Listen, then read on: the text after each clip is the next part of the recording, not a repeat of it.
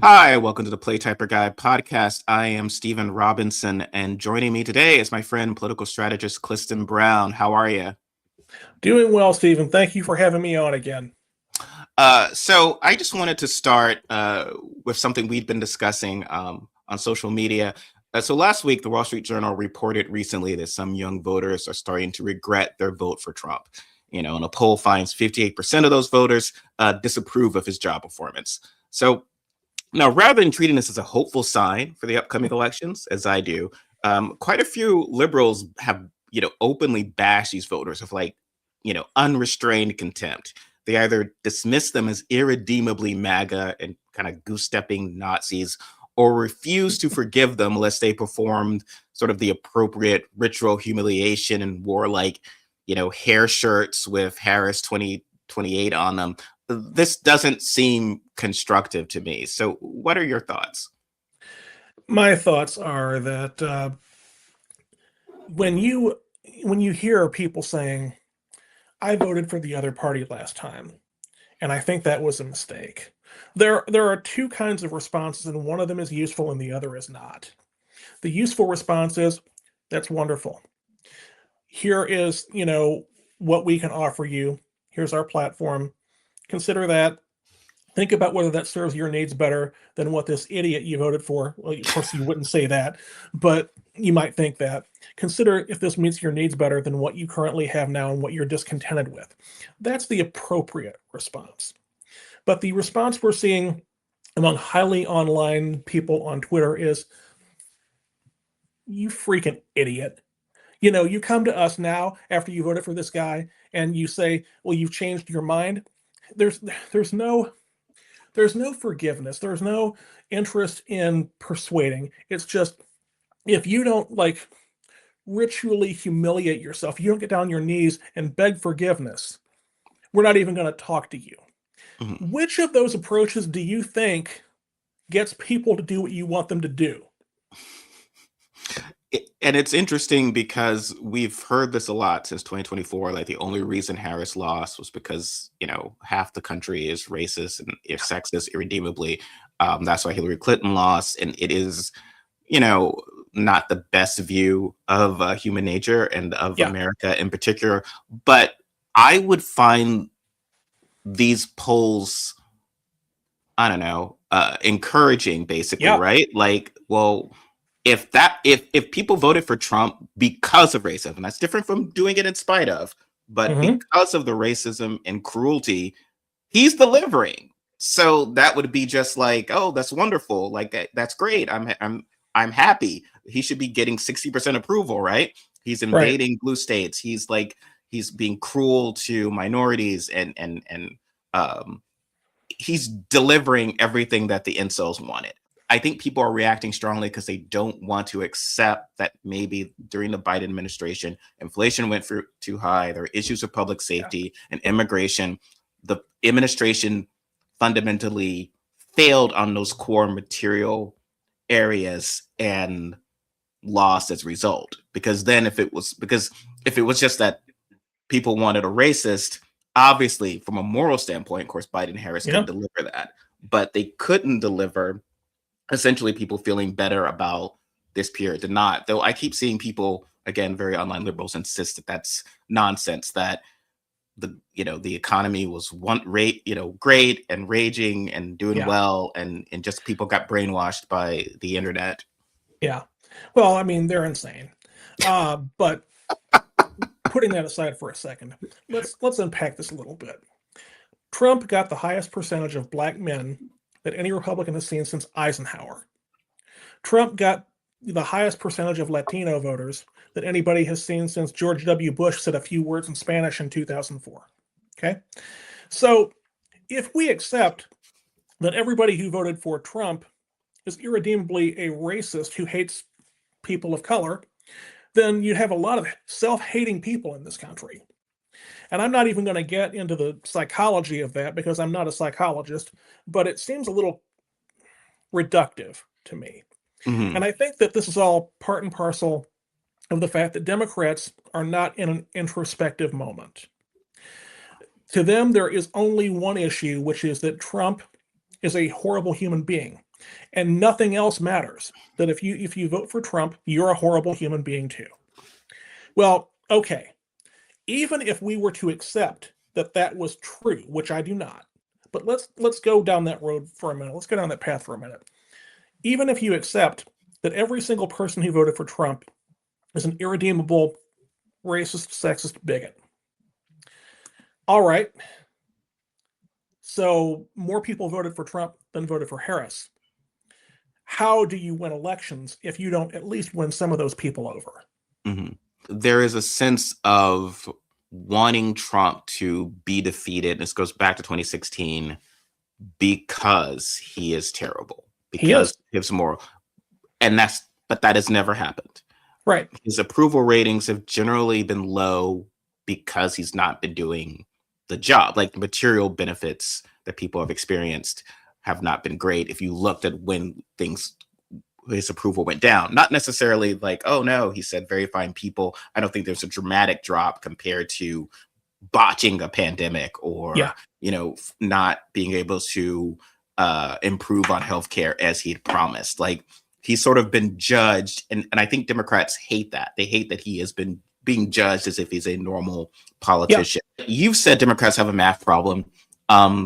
And I guess this is go to sort of their rejecting kind of persuasion that we've sort of seen since, I grew up with sort of West Wing liberalism, which was sort of naive in its way, but ultimately it was kind of your Jed Bartlett character, no matter how sort of kind of classic liberal Northeast elitist he might have been in certain ways. He was sort of representing of the middle. He kind of communicated of persuasion. Like, I'm not going to just yell at you my point very loudly. I'm going to convince you to consider my point.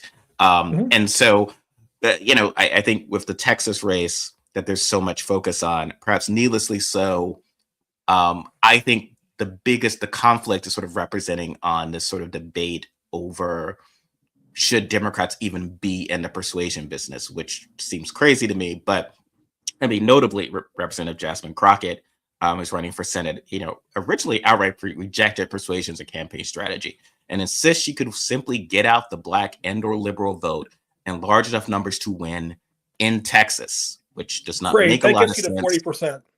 Yeah. But she fundamentally believes that there are untapped voters. She's even stated, like, she's boasting during early voting that there are, so many first-time voters in the early vote. I think often trying to read the tea leaves or early votes has been a losing proposition for years, but people still do it. But every year there's going to be new. I mean, people turn 18 all the time, and Democrats have each time been saying, "Oh, we got new voters." Well, of course you are. This has nothing to do with Jasmine Crockett's race. Unfortunately, any question of electability has been called as challenging. You don't believe a strong Black woman can win. I don't believe Lauren Boebert is not going to flip Colorado. Right.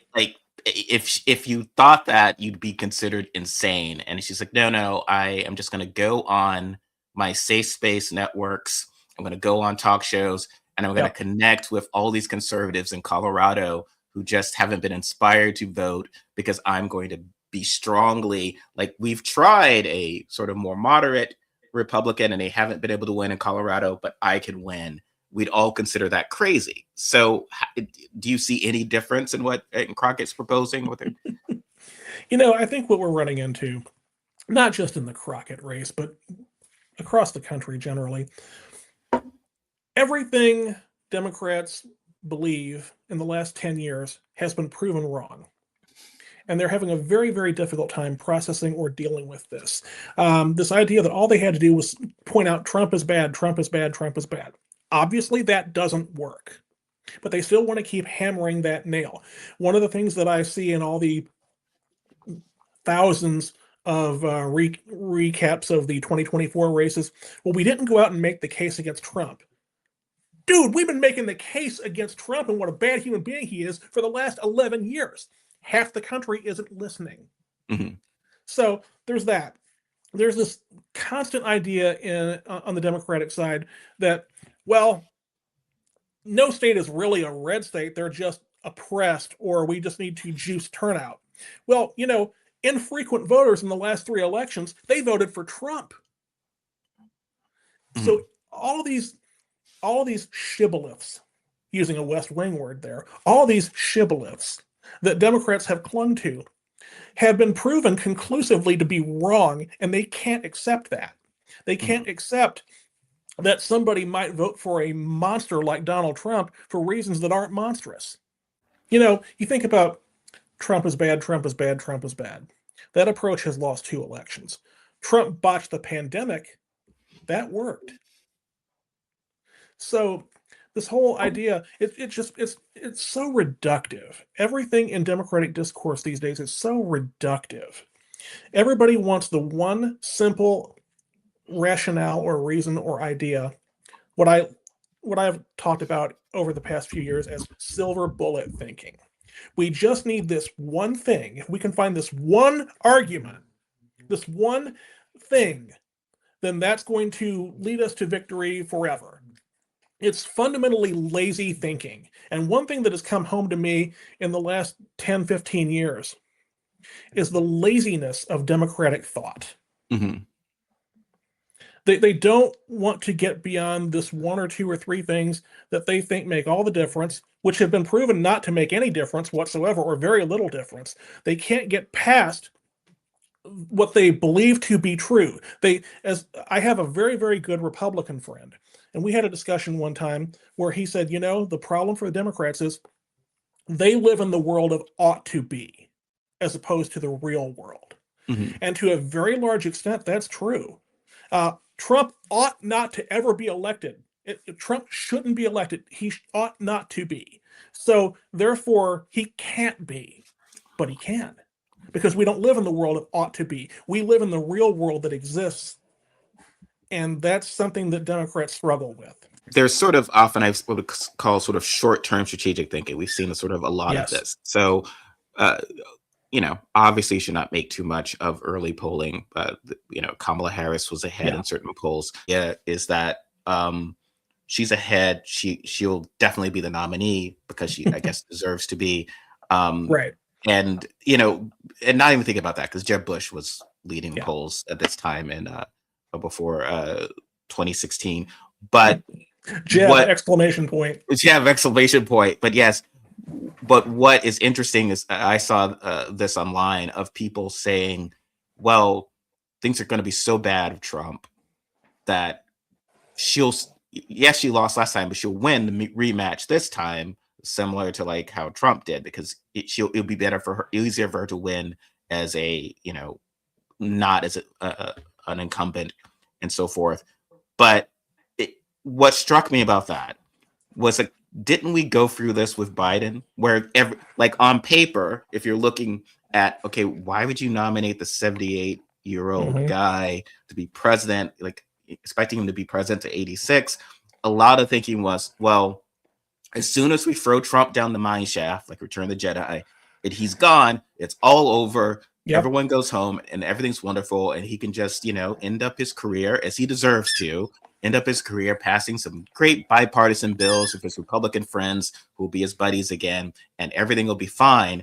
And it's like, oh, well, but that wasn't. Republicans didn't go away. Trump didn't go away. They fought hard, and he was not prepared, capable of fending off what was coming. The idea that Harris could run again in 2028 and win, it's possible. If Trump's approval ratings are in the 30s or the 20s by 2028, virtually any Democrat could win. That is true. But counting on that is folly. And to your point, even if that were to happen, she's going to have to contest the 2030 midterm. She's going to have to contest re-election in 2032, when, by the way, in 2032, she is going to be, 68 years old? I mean, not Biden, but certainly, getting fairly old. And frankly, younger candidates typically do very, very well, and older candidates have kind of a stigma. We've never had the test of how does a 68-year-old woman play with the electorate running for re-election? There are a lot of things that, you at all times, you want the best politician who can win an election in office. And just saying, well, this is our turn, so we can nominate whoever we want. Well, I mean, look at Jimmy Carter in 1976. Nobody would have suggested that he was probably the best candidate, but he was what, the Democrats in the country wanted at that time. But he turned out not to be a good politician. He turned out not to be competitive in 1980. And we ended up getting 3 more terms of Reagan and Bush, and eventually Bush's son, because we didn't have a strong president to run for re-election in 1980. So we could be in the same situation now. And people just do not want to see this. They are so hung up on Kamala was done an injustice. Kamala Harris deserves it. No, we have to stop thinking like this. People have to stop thinking that we owe politicians anything. They owe us. It's become a cult of personality. The Biden dead enders, the Kamala Harris dead enders, it's become a total cult of personality. Democrats have become the thing they decried. Mm-hmm. And you're talking about sort of the party's math problem, but there's also sort of identity problem with the party itself, still believing it's sort of this working class party, despite all data. Like Harris won voters who, it was sort of the flip of 2012. She won voters who make $100,000 or more and lost voters who made less than that. Trump won those voters. And which was the reverse of 2012. Romney won, which you would expect, right? And there's been this sort of move of where Democrats have become, and I think if we know, you're talking about irregular voters, if you've known some of these irregular voters, many of them who went to Trump, a lot of them were people who never would have voted for a Romney or even a McCain. They were just impressed by that. They viewed Republicans as the country club party, the elites, the man, and that didn't interest them. And again, back to the odds, Trump and MAGA has to sort of appeal to those voters. I know Democrats hate that idea. They keep talking about, Trump is the guy with the solid gold toilet or so forth, but whatever. He's connected to those voters and turned them out. But the shift of like who the coalition is, it seems to have been reflective in, the fundamental belief, like we're seeing with the opposition to the SAVE Act for requiring photo ID or voter ID, proof of citizenship. You've talked about Democrats often taking sort of the wrong position on 80-20 issues. This seems to be kind of one of them. People I respect certainly believe Republicans aren't operating in good faith. Republicans don't want a lot of people to vote. I sort of get that. But you look at the data, it just seems as if, well, Democrats are, I don't even know what they're doing. They're kind of, they're coming from a position of, this is such an unfair burden to ask of people to prove citizenship. And then you just get these articles I'm seeing that just from the academic left of like, why voter ID is evil and Jim Crow. And the average, if you go, again, actually talk to rural working class people, they were like, well, yeah, of course you should prove that you're a citizen. Like, all right, like that's not that big a deal. Why is that a big a deal? And even if it did, and it's going to sound terrible, even if it did suppress the vote, like why would Democrats want to expend capital on that? These are not people who are voting for Democrats who can't get their act together. Like, if you're telling me that Kamala lost because voters are so stupid, they get all their news from TikTok and they didn't understand that the price of eggs had increased, but if you look at how Biden, inflation resulting across the globe and compared to other countries and GDP and these other whatever, you would understand that things are great. I don't think that's the same person who doesn't have a photo ID who's going to understand that message. I think and look, if they're trying to make this as a philosophical case of the more people should vote, the better, I don't even know if I can go in that direction when the country's on fire. So maybe when we're electing people like Donald Trump, maybe we shouldn't. Maybe the person who can't, have their basic adulting together, maybe they should. Maybe I'm not saying we should make voting impossible. This is not like guessing jelly beans in a jar. Right. That's right. This is like, where is your photo ID? Take the time to get that together. Actually read about things. I mean, again, like the poll test, when they were talking about like a lot of the testing for voting, it was so whatever. Again, Jim Crow times, it was just like forget riddle the Sphinx. It was like complete ridiculous lie. Like there's no way to make you vote. That is very different from just like, man, we're just kind of expecting you to get your crap together, maybe read a newspaper once in a while, understand what's happening in the world, and make informed decisions. I don't know if I'm in a country that's dealing with like Trump's, that we elected a madman who is trying to invade Greenland, I'd be like, I don't know, guys. You want to make it easier for people who are idiots to vote and elect more Right. idiots? Like, I don't know. I'm sorry, but what's your take on that? I mean, as you've pointed out on numerous occasions, one problem that Democrats have is they fundamentally cannot process that their coalition has changed. You now have the Democratic Party having much more sway among highly educated voters, and the Republican Party holding sway among voters with less formal education.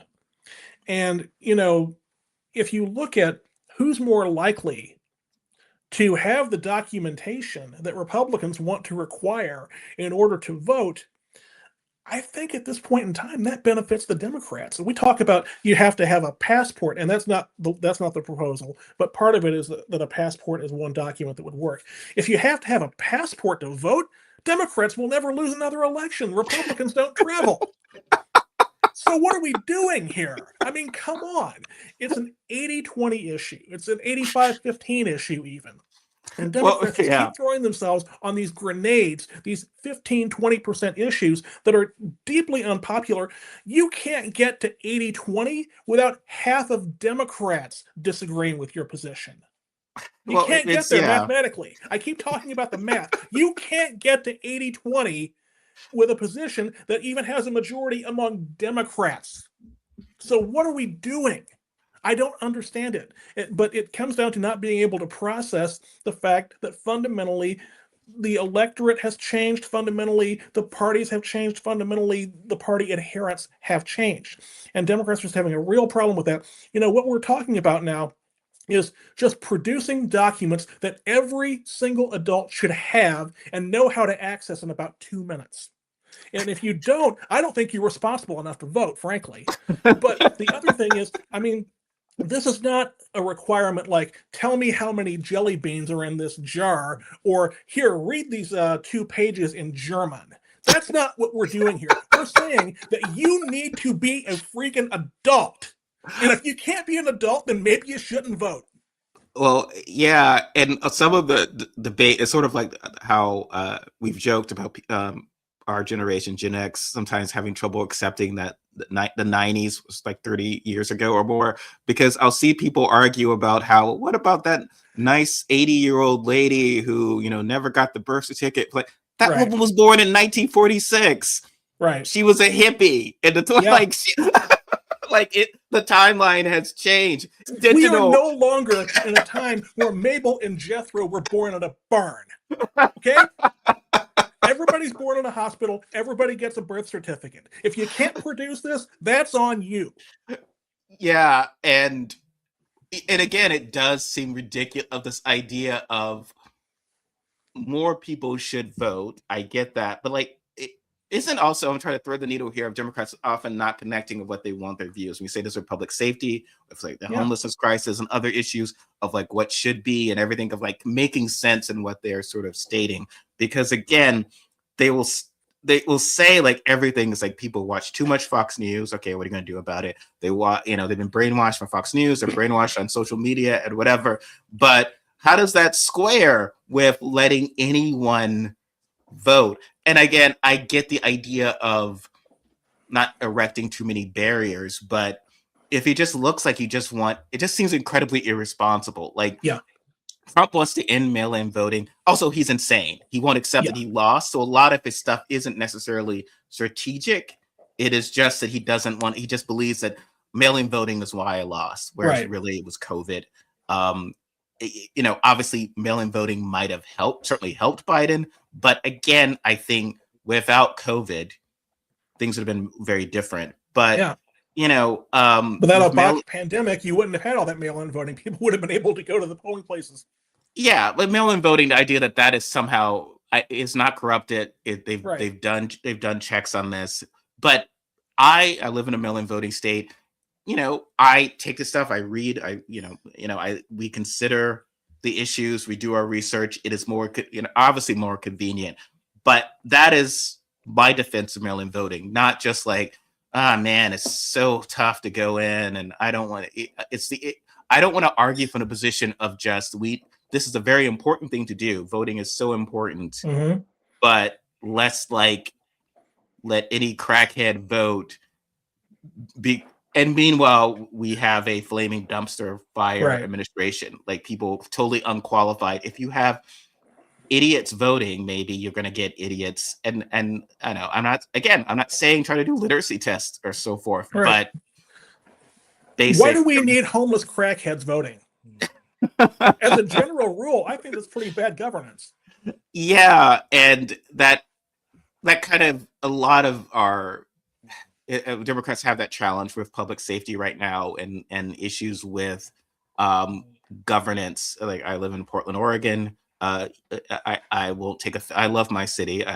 You've slammed it. You won't even come visit again. Not even to see me. I saw you online. You're like, I was hurt. I was like, oh, yeah, the places you'll never go again. There are probably parts of Portland that are wonderful that I have never seen, and I just formed an impression based on a few blocks when I was there for a conference. No. We're in trouble. It's interesting, right? Like the idea of Democrats should be fixing material issues. There's a lot of pushback from the left on abundance, right? Like, even though that makes a lot of sense, like the choices you make should be about making life better. Like, I don't think Republicans make life better for people, but if what they say they're going to do, you're not going to pay tax. I'm going to lower your taxes and I'm going to cut regulations. People feel like, okay, you're going to try to make my life better. And I think Democrats sometimes can fall in the habit of like, well, we're going to less focus on making your life better and more about doing things that we believe should make your life better. We're going to give you a walkable city, Cliston. Right. I don't want to. We're gonna, no more driving. I think the invention of the automobile might have been a good thing. It's just fundamentally more efficient than a lot of other stuff out there. It's like, no, that's bad. We're gonna, you're gonna have to get an advanced degree in and recycling and garbage. You got to separate all this stuff, and it's like, because you've got to take care of the environment, and like there's going to be plastic bag bans, so all your groceries are going to fall out of when it's raining out of your paper bag. That's but it has to make the world better, even though there's going to be needles on that same street you're walking by. You're going to be like, well, why couldn't I have a plastic bag? There's someone sleeping in plastic on the street. This doesn't make a lot of sense. And so it just seems as if the government is clearly not even trying to help you. I talk about how Democrats engage in a lot of reductive arguments. Well, there are also a lot of reactive arguments and reactive positions. And one thing I was thinking about this morning was Benito Mussolini. Now, don't ask me why I'm thinking about Benito Mussolini as I'm making my breakfast, but I was thinking about one of the things that people said about Mussolini in Italy in the 20s and 30s was, he made the trains run on time.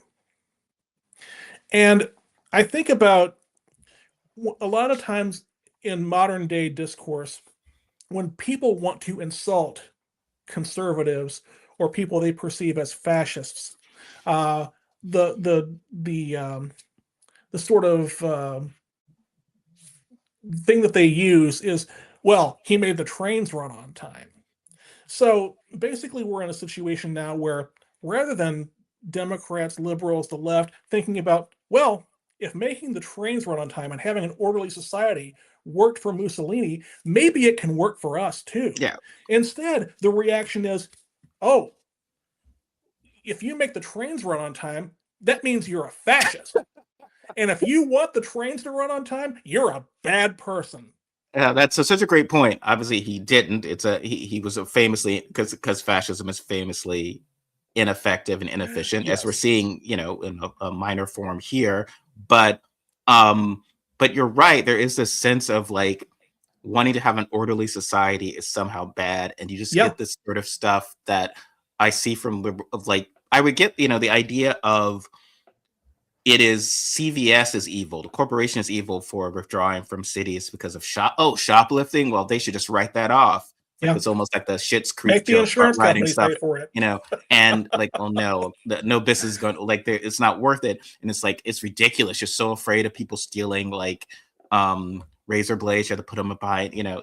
And liberals will write these things of just like blaming the corporations. And to me, it's like, Yeah. well, no, the problem is antisocial behavior. The average person feels so frustrated and angry. And antisocial behavior should not be supported and endorsed. And we've talked. It's fascinating to me is that how Gavin Newsom, I think, is probably not going to be a successful nominee. If he were to win, you know, he's got a lot of baggage as a from California. But it's so fascinating. There's parts of the left who are going after him for just kind of the ways that he is trying to he was trying to moderate. It was like, oh, he was tearing up homeless communities, and he was like, well, those aren't communities. Those are like places where if you actually got off your ivory tower and talked to people, that's like those are not safe places because it's not a hippie commune. If you have people living in places without the law, you're going to have women assaulted. You're going to it becomes a reigns of terror. You have like warlords, essentially. The equivalent but Stephen, murders went down. Yes, no one likes petty crime. I can't park my car in Oakland because my window's going to get broken out, but the murder rate's down. Yeah, like no one likes petty crime. No one and that is sort of, you have to sort of fix that. And Democrats need to be in this. I think the most important thing going into this election and next is public safety. Whatever you do to kind of deliver upon that. Absolutely. You know, I was encouraged that Zoran Mandami kept the police commissioner. That seems to try to take that seriously. I think his success, regardless what you think of his politics, will depend on ensuring that public safety is what it is. That New York is a safe place to go. I don't know why that's a crazy statement to make, but if he does that, that's going to be a key thing, and to at least deliver on some of his promises. Because you can't kind of promise big things and not deliver. And I think that needs to be the key. I think if you want to do certain, let's say, socialist things, and we can debate the merits of them, you can't even get people to consider it. You've got to ensure that the trains run on time, right? That it's an orderly city. I can ride a subway. And I think then you would get even your hedge fund manager to be like, okay, maybe I'm paying a little more in taxes, but the city's cleaner and safer. Getting something for it. I'm getting something for it. But otherwise, it's just like, what the hell are you guys doing? Which I think is something for folks of you in the Bay Area and other places, especially here in Portland, where people are leaving. They're like, I don't think I'm getting anything from it. And I feel like as a politician, you have to listen to people. That sounds crazy, but like listen to people and see what they're saying. And I think we need to revisit what our positions are or how we are addressing these sort of key issues.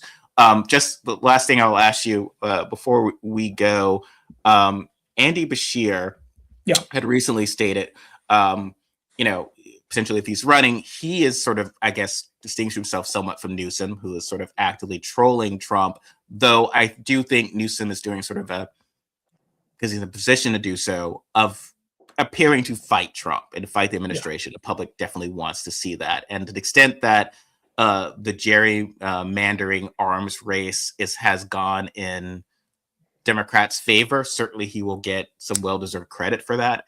But something Bashir said that was interesting was, if somebody's looking for a Democratic version of Trump, that's not me. My goal is to bring people together. My goal is to heal the country. You can't do that if you're engaged in the same tactics he is. So that's what the American people are looking for. I'm not their guy. And some people push back on that because their view was, well, Biden tried that and it failed. Though I think that there are obviously some fundamental differences between Biden and Bashir. What's your take on that? What are your thoughts on Bashir's statement there? Well, talking about Newsom for a second, his strategy as far as a Democratic primary electorate is concerned is brilliant. Because the Democratic primary electorate wants somebody to fight Trump with all their might, and anything that looks like fighting Trump works for them. So he's put himself in a very good position. But if you talk about what's likelier to win the states in the middle of the country that decide elections. It's not going to be a resist lib from California. If you want somebody who's going to win a place like Wisconsin, a place like Michigan, Pennsylvania, Georgia, you're going to have somebody who can appeal to some Trump voters, because mathematically Trump won those states. So unless you flip some of those voters, you lose those states again and you lose the election. And that's what I keep trying to hammer this. The math is the math. There's no path to 270 electoral votes that doesn't involve persuading some Trump voters to change and vote Democratic next time. And everything that I see Democrats doing cuts against that basic reality. So you take somebody like Bashir, who has a history of winning people who voted for Donald Trump. You can't win in Kentucky as a Democrat without getting a lot of people who voted for Donald Trump, because he won the state by, close to a 2-to-1 margin. And I don't know if Bashir is necessarily the best candidate. He may be, he may not be. I'm open to him. But you've got to have somebody who can connect with people in the region of the country that decides elections. And he's much likelier to be that candidate than Gavin Newsom or Kamala Harris. And no, I lied. I do have one fact, because what you said reminded me. So polling shows, I mean, Josh Shapiro has like ridiculous numbers in Pennsylvania. Yeah. Fetterman, even Republicans like him. Oh yeah, John Fetterman has been underwater for a while. He was recently above water in a recent approval poll, but it's a flip. He has better approval amongst Republicans than Democrats, though his approval among Republicans would not be great as a Republican. So when people say he should flip parties, it's interesting, because if he were from Texas, I'd be like, yeah, go on Fox News, go punch left, do whatever you want, because his voting record is still pretty consistently Democratic. Yeah. But what do you think his future is? He has no future. This is it. He's done. There is no way he can possibly get reelected in Pennsylvania unless every other candidate running dies. I mean, John Fetterman has torched his brand in the Democratic Party. He won't get out of a primary. Mm-hmm. But even if somehow there was a 10-person race and he squeaked through with 19% of the vote, in November, he's not going to have the kind of support among Democrats that he needs. And certainly Republicans are going to vote for one of their own instead of him. Republicans online say that they will vote for him. Yeah, Republicans online and Democrats online say a lot of things that they end up not meaning. So bottom line is, John Fetterman is, he's Joe Manchin, he's Kyrsten Sinema, except he's more like Sinema, because Manchin at least, had won several elections in West Virginia before he finally had to say, I'm done, I can't do any more, because West Virginia had shifted so far to the right that he was doomed regardless. But I see the trajectory for Fetterman being very, very similar to that of Kyrsten Sinema, because one thing that you have to understand, on one hand, yes, you can't go too far left because you have to think about the general election, but you have to go far enough left that your own party doesn't hate you. The Democratic Party today hates John Fetterman. Well, they hate being betrayed. I mean, Manchin, I know he wasn't necessarily a contrarian. This is what he believed. And he was a conservative. And I think we need more, frankly, conservative, if they could win in those states. We need to be able to win in other parts of the country if we're going to hold the Senate or whatever. I'm all for that. To me, I often compare Fetterman to, say, Lisa Murkowski or Susan Collins, who I think massively thread the needle. Mm-hmm. They are very clearly still, they are proud Republicans. They are judicious in who they bash. They don't make a point. They don't pick fights. I don't see Collins. You would never see Collins on, say, Joy Reid's podcast, right, bashing Marjorie Taylor Greene or Nancy Mace or someone to get liberals to go like, oh, that's awesome. Because that's doomed. She will express concerns. She will vote again, and that's enough. But then Democrats still had enough of her and said, well, because you vote consistently, we're still not going to support you. So she might not get out of, though Democrats might screw up that primary. We never know. Entirely possible. We'll see. Well, Thank you. Democrats don't have any good options in that primary. You've got Janet Mills, who is older than Methuselah at the end of his life, and you've got Graham Plattner, who has a Nazi tattoo. I mean, the Democrats have already screwed this race up. Yes. I mean, Mills maybe could win, but I doubt it. Collins has always threaded that needle in such a way that she doesn't tick off her own party too much, but she convinces just enough Democrats that she's a reasonable moderate, which is complete garbage, that she ends up winning in a state that is Democratic leaning. And that's the difference between Murkowski and Collins on one side and Fetterman on the other. They maintain their support within the party at such a level that they can still be reelected. Fetterman has not done that. No, Tom Cotton was like having a, you know, go slay Susan Collins moment, and no equivalent of, you know, Tom Cotton on the left would ever say that about Fetterman, which I guess to your point, you've got because they know she's on our side, and then they'll give her, to your point, she'll get to vote against some sort of horrible Nazi Republican nominee, conveniently timed 2 weeks before the election, similar when she voted against Amy Coney Barrett. It didn't matter. McConnell made the deal, and that helped her. And so she you know, it would be great, but like, yeah, what happened? Like, Maine is not a state that we should just is the Nazi or the person who is 77 and says, yeah, well, I'm not going to run again. You'll have to do this all over again in 6 years. Like, I don't understand how we got that bad. Is the Democratic bench so weak in a blue-leaning state that they cannot produce a single candidate who can beat a senator who has just weaseled her way into term after term? It boggles my mind that Maine cannot produce a Democratic candidate who can beat Susan Collins. Susan Collins isn't that great. They just keep running people against her who aren't any damn good. No, she's the roadrunner. I already have my roadrunner gif prepared for when Yeah. she wins. That's her entire Yep. speech. It's like beep beep and then running off. I mean, we could have a situation here where the Senate is 50-50 because Democrats somehow won in Ohio and Alaska and North Carolina, but couldn't win in Maine. Yes, I think that will be painful. I think this leads to, we need more, probably, Democrats like yourself and even more conservative across the states. Our Senate situation is bad, and unless we get like, unless we clone Oregon and have like, you know, 2 Californias maybe or something, but we can't. We have a very low ceiling right now, and I think that's going to be a problem, especially because I think Alito and Thomas are going to peace out. No, I've got the solution. Okay, so we're going to admit Puerto Rico and Washington, D.C. We're going to split California into 6 states, cleverly gerrymandered, so they're all Democratic senators.